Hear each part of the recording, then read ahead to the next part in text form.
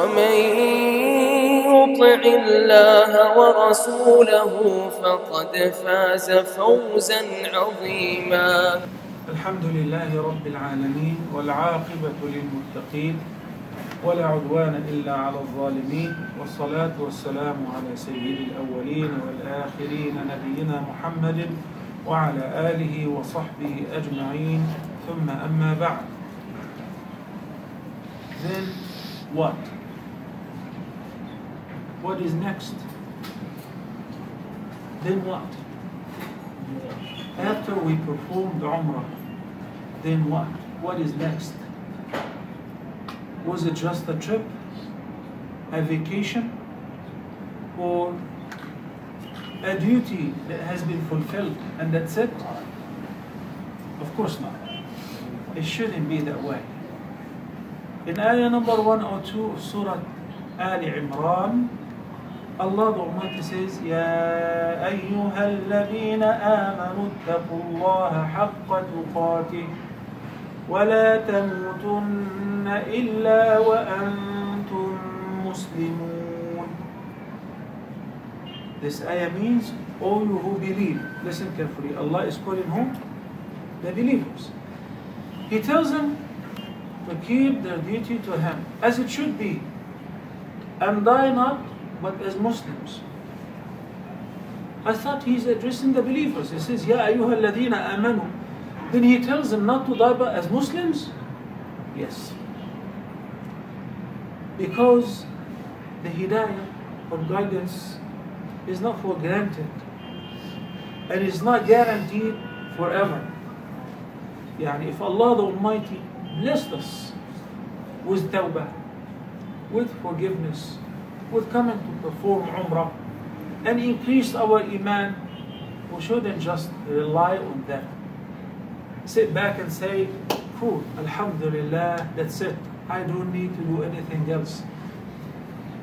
You will be surprised when you know that Salama radiyallahu anha, the mother of the believers, narrated that the most frequently dua that the Prophet sallallahu alaihi wasallam used to invoke Allah with was, O Allah, the one who changes the hearts, keep my heart firm on your religion, on your straight path. And who's making this dua?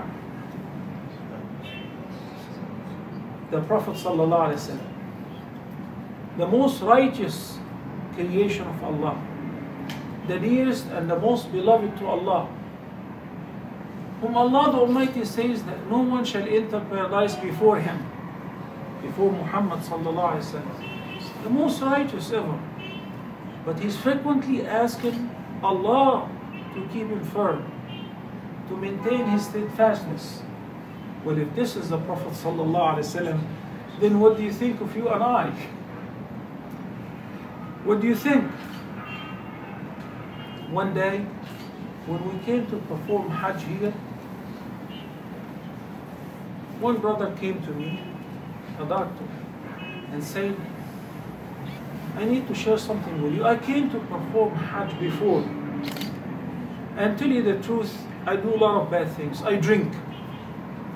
So when I went home, my colleagues threw a party for me because we came from Hajj. A party to celebrate performing Hajj, and they served alcohol. So they offered me the khamr. I said, no, I ain't drinking anymore. One of them said, why not? I said, I just came from Hajj, khalas. I quit drinking. I said, come on, ya. They haven't moved the Kaaba. It's sitting there. Drink and go back. You can drink and go back, get forgiven, come back, drink and go back, get forgiven, and so on. What a loser. A person who thinks that he can come here whenever he likes. And he can come here to pay for his forgiveness. This is foolish. This is foolish. Abdullah ibn Umar ibn Khattab, may Allah be pleased with him, said, if I guarantee that Allah has accepted for me any good deed, even a single sajda, a single prostration. I would love to die right now. One of the audience said, why a single sajda? He said, because Allah says in Surah Al-Ma'idah, إِنَّمَا يَتَقَبَّلُ اللَّهُ مِنَ الْمُتَّقِينَ. إِنَّمَا أَدَاةُ حَصْرِ الْمُقَصِّرِ. Only those who are righteous, those whom Allah accepts from them. Allah accepts the deeds only of the righteous ones. Not because you came and you spent the money and you made the mechanical process, you made the 7 rounds, you rushed between Safa and Marwa, and you've done all of that. You walk home with a certificate. Rizwan, you've been forgiven. Khalas. Yeah. There is something only Allah subhanahu wa ta'ala knows about it. Only Allah the Almighty knows about it. After we finish the prayer, the first thing we make is istighfar. Maybe you've done some shortcomings, some mistakes and errors. May Allah forgive us. So that the prayer will be accepted. We're just leaving the haram. The person is still in ihram and he lights a cigarette. Like khalas, all the sins have been overwritten and now he wants to start over. Start over immediately, soon after. That's a sign that the ibadah was not effective. The Umrah, the Hajj, or Ramadan was not effective, may not even been accepted. In the hadith in which the Prophet ﷺ says, Al-Hajj al-Mabrur laysa lahu jaza'un illa al-Jannah. The Hajj which will be accepted, its word is not less than paradise. The ulama say, how would one know whether his Hajj has been accepted or not? They say, when the person returns home, a different person. When Hajj, when Umrah becomes a turning point, when the person changes to the better, when the person quits doing the bad things that he used to do, that's a sign that your Umrah have been accepted. That's a sign that your Hajj have been accepted. Your fasting during Ramadan have been accepted. You've benefited from the ibadah. Those who did not benefit from the ibadah have been jogging. They used to jog in the gym, on the treadmill, or in the park, and they came here so that they can jog around the Kaaba and also jog between As-Safa and Al-Marwa, jogging back and forth, and that's it. It is not like that. Those tears which you shed out of the fear of Allah, out of regret for the sins you've committed, are definitely a sign that you're sincere in your tawbah and a sign that Allah has accepted your ibadah. Those tears wash off the sins. Those tears can make you eligible to be saved on the day when there will not be any shade but His. Especially if those tears were shed in private, by yourself. وَرَجُلٌ ذَكَرَ اللَّهَ خَالِيًا فَفَاضَتْ عَيْنَاهُ. Among the 7 categories, 7 people whom Allah will shelter under His shade on the day when there will not be any shade but His, a man who remembered Allah in solitude, in private. So his eyes overflew with tears. There is nothing between me and Allah subhanahu wa ta'ala. I'm not crying because somebody is watching me. I'm crying because I'm drowned in my sins. And Allah is covering me with His sit, with His mercy, with His generosity, and I'm still sinning. So you remember that, you cry, Allah subhanahu wa ta'ala, not only that will forgive your sins, will shelter you on the shade when there will not be any shade but His. When the sun draws very near and people will be sweating and melting because of the heat, the excessive heat. certain people will not be affected the least. Be amongst them. Train yourself to lock yourself in a room and do muhasabah. Do self-reckoning. What did I do right? What did I do bad? I understand that on our smartphones, we write our appointments, our schedules, things to do, the list of things to do. I want also on your smartphone, on your notepad, or you hang it against the closet. MashaAllah, my first khatmah. Just finished the Qur'an today.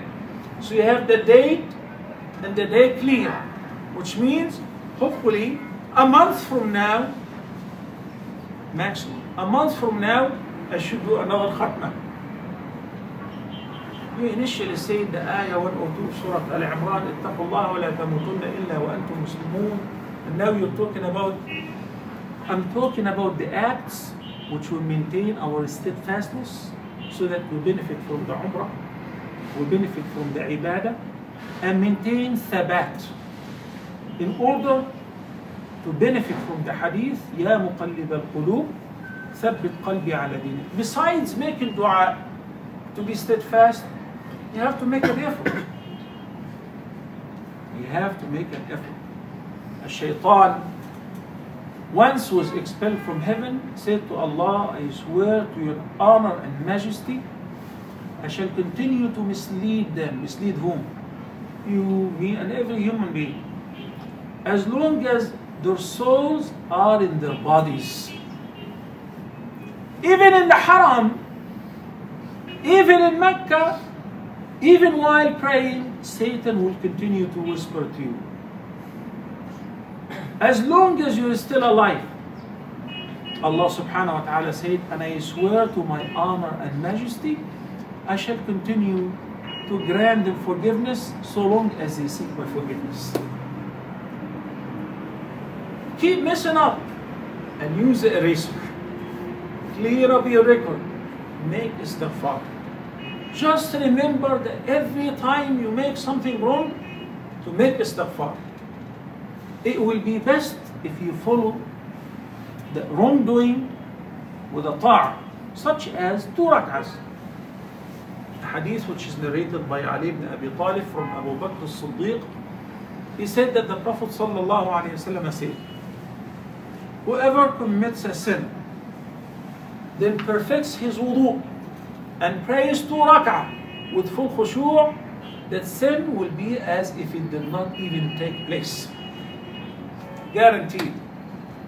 So rule number 1, since we are inclined into sinning by nature, this is our human nature, no matter how many times we come here and go back, we will go back to the worldly life, to the reality, and will indulge into sins. Somehow, somewhat, will commit sins. So frequently make istighfar, make tawbah. In the morning, 100 times. In the evening, 100 times. And in between, after the prayers. Number 2, the Prophet ﷺ said, وَأَتْبِعِ السَّيِّئَةَ الْحَسَنَةَ تَمْحُهَا. Follow the evil deed with one which is good, it shall erase it. Tell me some good deeds. Daily sabaq, daily word of the Qur'an.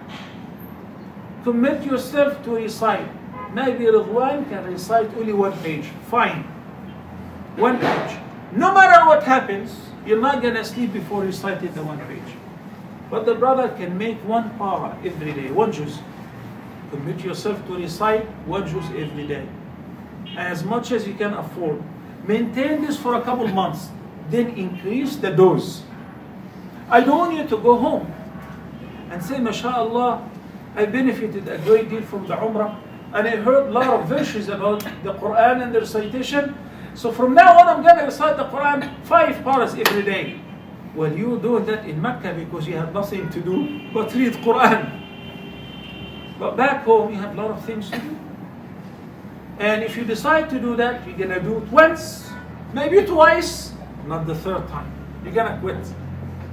That's why in a very interesting hadith, Aisha radiallahu anha said, when the Prophet sallallahu alayhi wasallam was asked about what is the best deed ever? What is the best deed?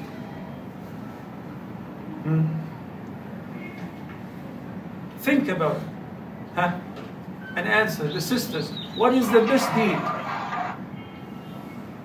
Huh? Doing something small and keep doing it. Oh, so it is not about a particular deed like praying or fasting or reading Qur'an. He said the best deed is the one which is consistent even if it is a little. Do something on a regular basis better than doing something a lot once or a couple times, then quit. No. I want you to say, I'm going to begin with fasting 3 days every month, 13th, 14th, and 15th.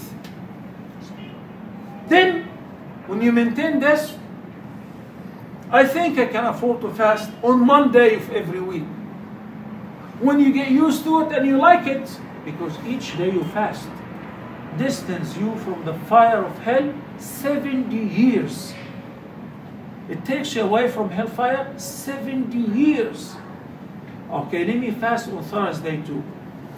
But if you start and say, every other day I'm fasting, I bet you, it's only 1 week, and you're not going to do it again. So determine how much you can afford within your capacity to read daily basis, how much Quran, to fast how many days every month, and one thing that you should commit yourself to all the time, which is offering the emphatic sunnah. The emphatic sunnah. Inshallah, Sheikh Zahir, Ridwan, and the brother Shaheed there, whenever we drive by, they say, this area, the flat is like 1 million. And this, it's 2 bedroom for $1 million, and a flat for $1 million. How much would it take you to purchase a flat?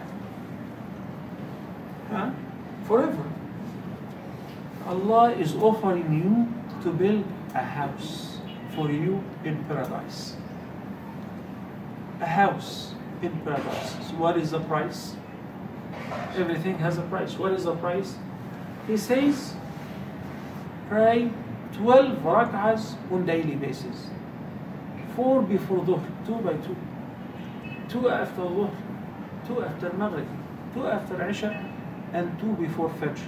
That's it.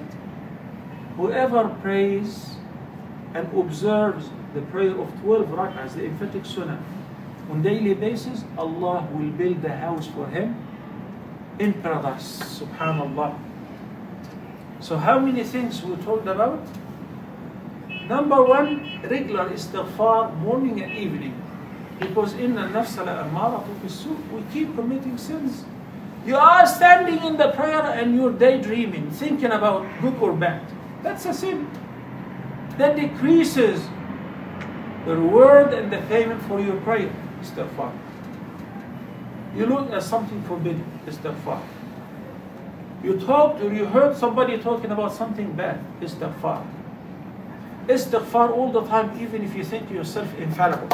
Too good, because the Prophet ﷺ, who was the actual infallible one, used to make it 100 in the morning and 100 in the evening. The Sahaba would count for him. Observe the nawafil on regular basis. I like the Taraweeh with the Imam, and I think I would like to pray Tahajjud on every night. Okay, but take it easy on yourself. Pray something affordable. Then when you get used to it, you can add to it. You can increase the dose. Begin with half hour. You want to make it longer? Fine. But do not sleep under any circumstances without at least praying witr. Praying witr counts as tahajjud, but this is the least. Okay? Fasting as much as you can. Reciting Qur'an. And many people think charitable people are only the rich ones. La.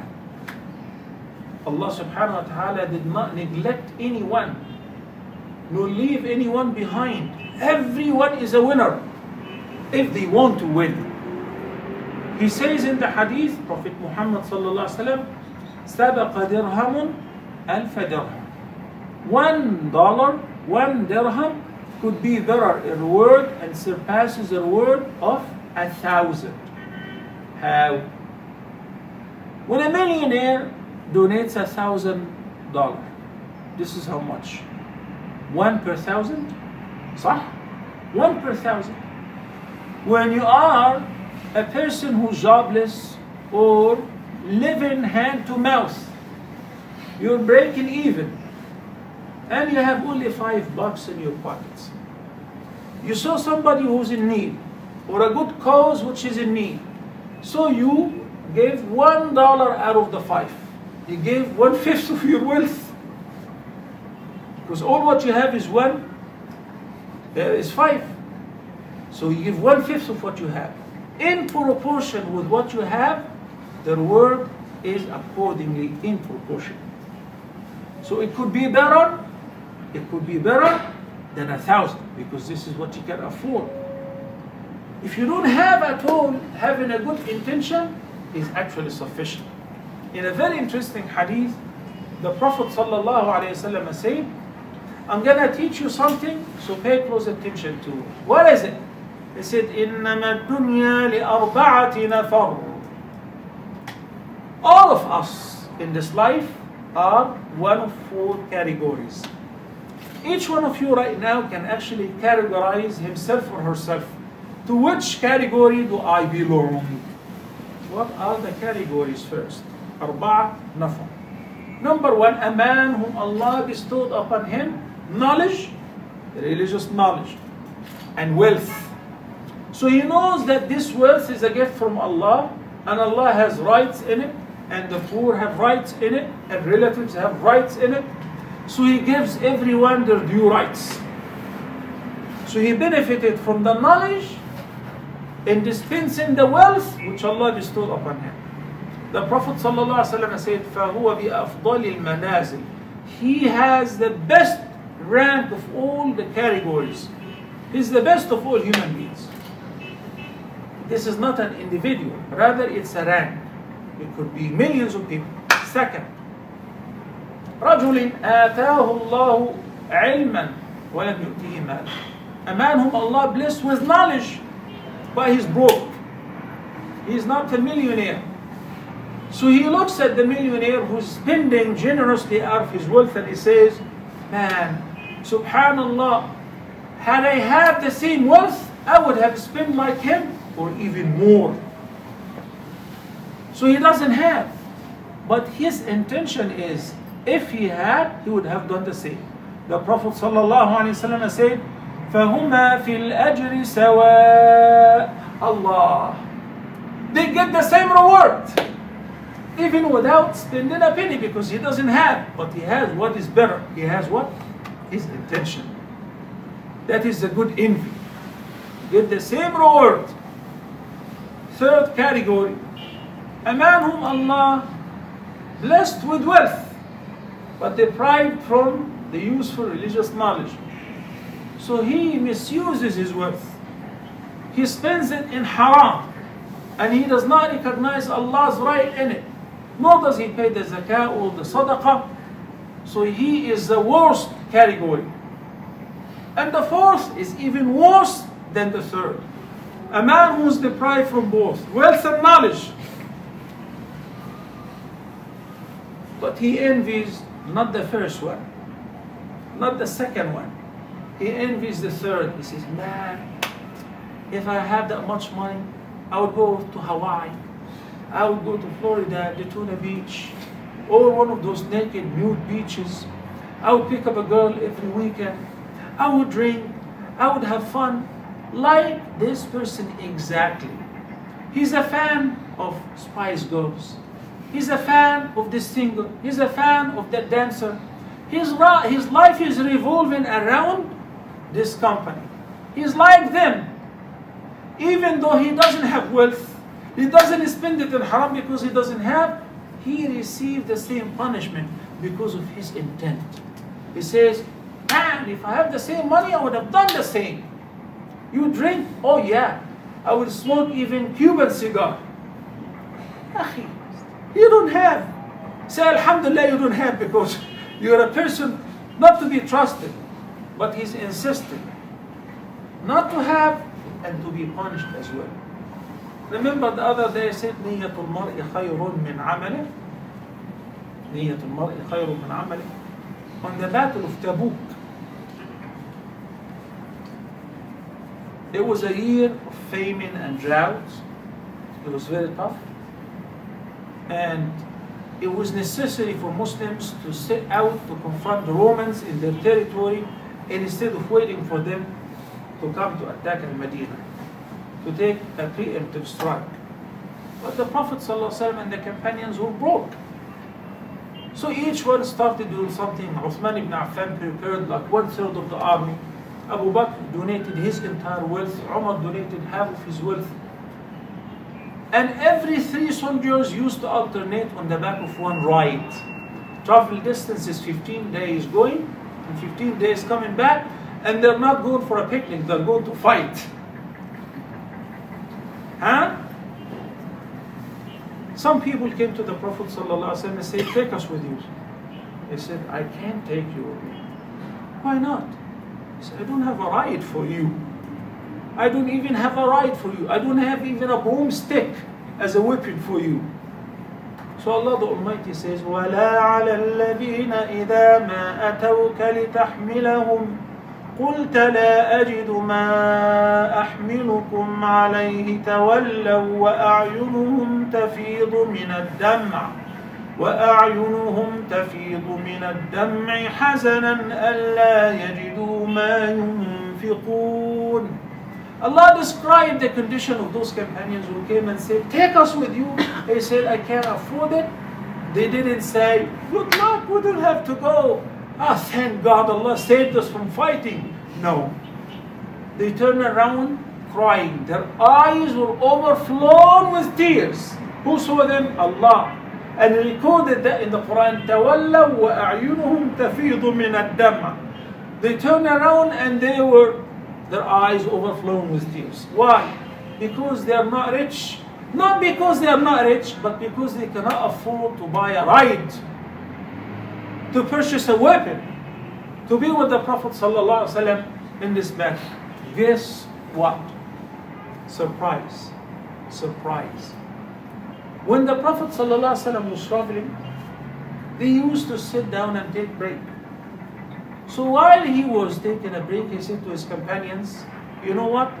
إِنَّ بِالْمَدِينَةِ نَاسًا مَا قَطَعْتُمْ وَادِيًا وَلَا سِرْتُمْ مَسِيرًا إِلَّا كَانُوا مَعَكُمْ شَرَكُوكُمُ الْأَجْرِ حَبَسَهُمُ الْعُذْرِ. Wow! He said, you know, this traveling and hard trip that you're undertaking, there are some people who are sitting back in Medina. They didn't travel, they didn't fight, they didn't move an inch, but they share the reward with you. The same reward you're getting, they are getting. ما قطعتم واديا. Whenever you cross a valley, ولا سرتم مسيرا, you travel a distance, they are with us spiritually, not necessarily physically. They get the same reward. Why? Because they had a valid excuse. They couldn't come. So one's intention could be sufficient if he's sincere and he cannot afford it. I want to say that I want to intend right now to make this Umrah a turning point, to make it a point of change, to repent, to promise Allah subhanahu wa ta'ala to renew our covenant with Him, to be better. Definitely. One of the great dua, I heard him saying this very interesting story. He says, as we were young, our shuyukh would teach us to go out to call people to come to the masjid. So we'll go in the neighborhood and talk to many people. Maybe out of every 100 people, one person will be lenient and would accept to come with us to the masjid. He said that day I spoke to many people, maybe 100. And finally only one person agreed to come with me to the masjid. I was very happy that he's young, and I brought a grown-up man to the masjid to pray. Once we stood in the masjid, I saw the shoes were flying from every direction. People were hitting me and hitting the guy. I said, what is wrong? What is going on? And I was very embarrassed. I tried to protect this grown-up man because I'm the one who brought him to the masjid. While people are beating us with their shoes and saying, get out, take him out. I'm confused. I don't know what is happening. What did I do wrong? So there came the imam and said, stop. Then he said to me, son, take your guest out, and you, brother, you go home and take a shower, and when you become conscious, because eventually he was drunk, and he smelled alcohol. It was very offensive smell that the grown-up people, the elders, recognize this guy is intoxicated. But this young man doesn't know. This youth doesn't know. He's happy he brought somebody to the masjid. Take a shower, and when you wake up, you can come back to the masjid. He said, I'm not going anywhere. I'm not leaving this place. Then he insisted. So he said, this young man said, I took him to the wudu area. We washed him, and he made wudu. When the iqamah was called, he joined us. Nobody wanted to stand next to him. So we stood in the line, and there was a huge distance between us and the nearest person because no one wants to come close to him because of the smell. Anyway, he said, we finished the prayer. I made salam, and this guy fell asleep. So I kept waking him up. Uncle, prayer is over. He wasn't answering. I pushed him, he fell. People came running to just recognize the guy had passed away. Imagine this guy passed away in what condition? I thought of him as I was praying Taraweeh and night prayer tonight, and I said, Ya Allah, make me die while in sujood. Make me die while in the prayer. It's every believer's dream to die while doing a good deed, especially while praying, while fasting, while doing a good deed, especially in sujood. So this person, Allah loves him. He chose him to be saved. His last deed was sujood. And he died in this condition. And that's a very good sign. He picked them up from where? He was intoxicated. Also, remember, it was the means of the effort of this young man who went around to look for people, and only one person out of 100 people who agreed to come with him. So we have to make an effort. Did you like your Umrah? Did you enjoy it? Did you enjoy Al-Haram al-Nabawi? There are a lot of Muslims who do not appreciate that, do not understand what they're missing. So it's your role. When you go home, you talk to them and share with them your joy and delight. Tempt them. Attract them to save instead of going to the Maldives, to go for Umrah once, to perform Hajj, right? So that you will get a similar word of everyone who will act upon your advice. Giving da'wah is one of the greatest means of steadfastness. The more you talk to people about good things, you find yourself obliged automatically to do it. It reminds you before you reminded people. And this is the blessings of giving da'wah. So I hope you remember the few things which we talked about under the title of then what? What is next? All of that will be in vain if you do not record it in writing. If you do not, while sitting in the plane flying home, write down your experience, the memo. What did you learn? If there was a speech, Sheikh Zahir, myself, or whoever, or in the Haram, the good observations, and the new covenant that you make with Allah subhanahu wa ta'ala. Talking about the covenant, there is one dua, which I'm pretty sure you know, that the Prophet sallallahu alaihi wasallam said, whoever recites it in the morning, if he dies during the day, he goes straight to heaven. And the same dua, if you recite it in the evening, then the person dies on the night, he goes straight to heaven, he or she. This dua is known as Sayyidul Istighfar, the master of asking for forgiveness. Allahumma anta rabbi la ilaha illa anta. Oh Allah, you are my Lord. There is no God worthy of worship but you. خلقتني وأنا عبدك. You created me and I am your servant. وأنا على عهدك ووعدك ما استطعت. I promise to keep my covenant to you to the best of my ability, as much as I can. I'm a human being. But if I err, forgive me. أبوء لك بنعمتك علي. I admit your favors upon me. وأبوء بذنبي. And I admit my sins. فاغفر لي. So forgive me. فإنه لا يغفر الذنوب إلا أنت. Since no one forgives sins but you. This is one of a long list of supplications are very beneficial. You should recite in the morning from Fajr and until sunrise. And you should recite in the evening after you pray Asr until sunset. It will not take more than 10 minutes of your time. It's available on apps, on Android, on Apple. You can download the adhkar for the morning and the evening. If you don't know how to read it, listen to it. If you repeat it for a month, automatically you memorize it. Like exactly when I have a daughter, a year or a year and a half old, because she listens to us reciting the dua before going to sleep, to her and to her brothers. Automatically, she doesn't know how to read, but she says, Bismika Allahumma amutu wa ahya. And if I make a mistake, she says, Abi, wrong.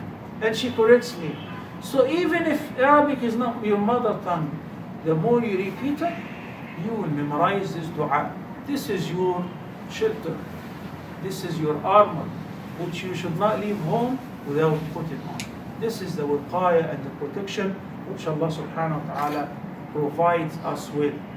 May Allah, the Almighty, accept from all of us and make us live as Muslims and die as Muslims. Remember ayah 102 of Surah Al-Imran. To achieve that, we have to make an effort, inshallah. اللهم اغفر لنا ذنوبنا وكفر عنا سيئاتنا وتوفنا مع الأبرار. اللهم هيئ لنا من أمرنا رشدا واجعلنا من عبيدك السعداء. اللهم اغفر لنا ذنوبنا وكفر عنا سيئاتنا. اللهم اغفر لنا ما قدمنا وما أخرنا وما أسررنا وما أعلنا وما أنت أعلم به منا. أنت المقدم وأنت المؤخر، لا إله إلا أنت. أنت حسبنا ونعم الوكيل. اللهم إنا عبيدك بنو عبيدك بنو إمائك نواصينا بيدك ماض فينا حكمك عدل فينا قضاؤك. نسألك اللهم بكل اسم هو لك سميت به نفسك أو أنزلته في كتابك أو علمته أحدا من خلقك أو استأثرت به في علم الغيب عندك أن تجعل القرآن العظيم ربيع قلوبنا ونور أبصارنا وجلاء همومنا وأحزاننا. اللهم ذكرنا منه ما نسينا وعلمنا منه ما جهلنا وارزقنا تلاوته آناء الليل وأطراف النهار على الوجه الذي يرضيك عنا. اللهم أنت ربنا لا إله إلا أنت خلقتنا ونحن عبيدك ونحن على عهدك ووعدك ما استطعنا. نعوذ بك من شر ما صنعنا. نبوء لك بنعمك علينا ونبوء بذنوبنا فاغفر لنا فإنه لا يغفر الذنوب إلا أنت. ربنا هب لنا من أزواجنا وذرياتنا قرة أعين واجعلنا للمتقين إماما. ربنا آتنا في الدنيا حسنة وفي الآخرة حسنة وقنا عذاب النار. وآخر دعوانا أن الحمد لله رب العالمين والسلام على المرسلين وصلى الله على سيدنا محمد وعلى آله وصحبه أجمعين. جزاكم الله خيرا. Definitely enjoy your company and hope inshallah I'll visit you soon. Inshallah in Singapore. Do you have any questions?